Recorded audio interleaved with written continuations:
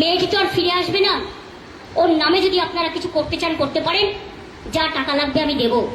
হ্যাঁ, আমরা 10 লক্ষ টাকা তো দিতেই পারি পরিবারকে।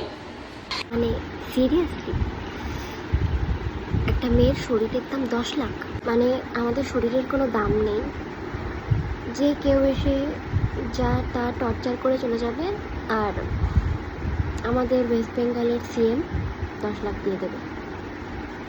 কত ইজি না?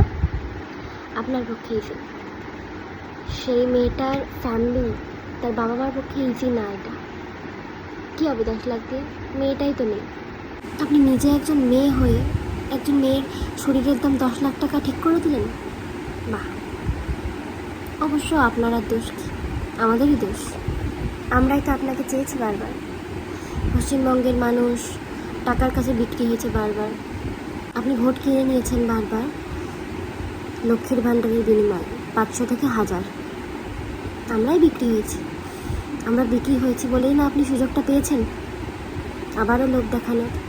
কতটা ইনসিকিউর না একটা মেয়ের লাইফ, আর তার জীবনের ওপর আবার দামও খাড়া করা যাচ্ছে এখন। একটা মেয়ে তার ওয়ার্ক প্লেসে সেফ না, স্কুল কলেজ ইনফ্যাক্ট বাড়িতেও হয়তো অনেক মেয়ে সেফ না। আপনি যে কনসোলেশনের 10 লাখ টাকার কথাটা বললেন, এটা নিশ্চয়ই সবার জন্যই একরকম, নাকি সাধারণ মানুষের জন্য এক আর আপনাদের উচ্চপদস্থ মানুষের জন্য আর এক?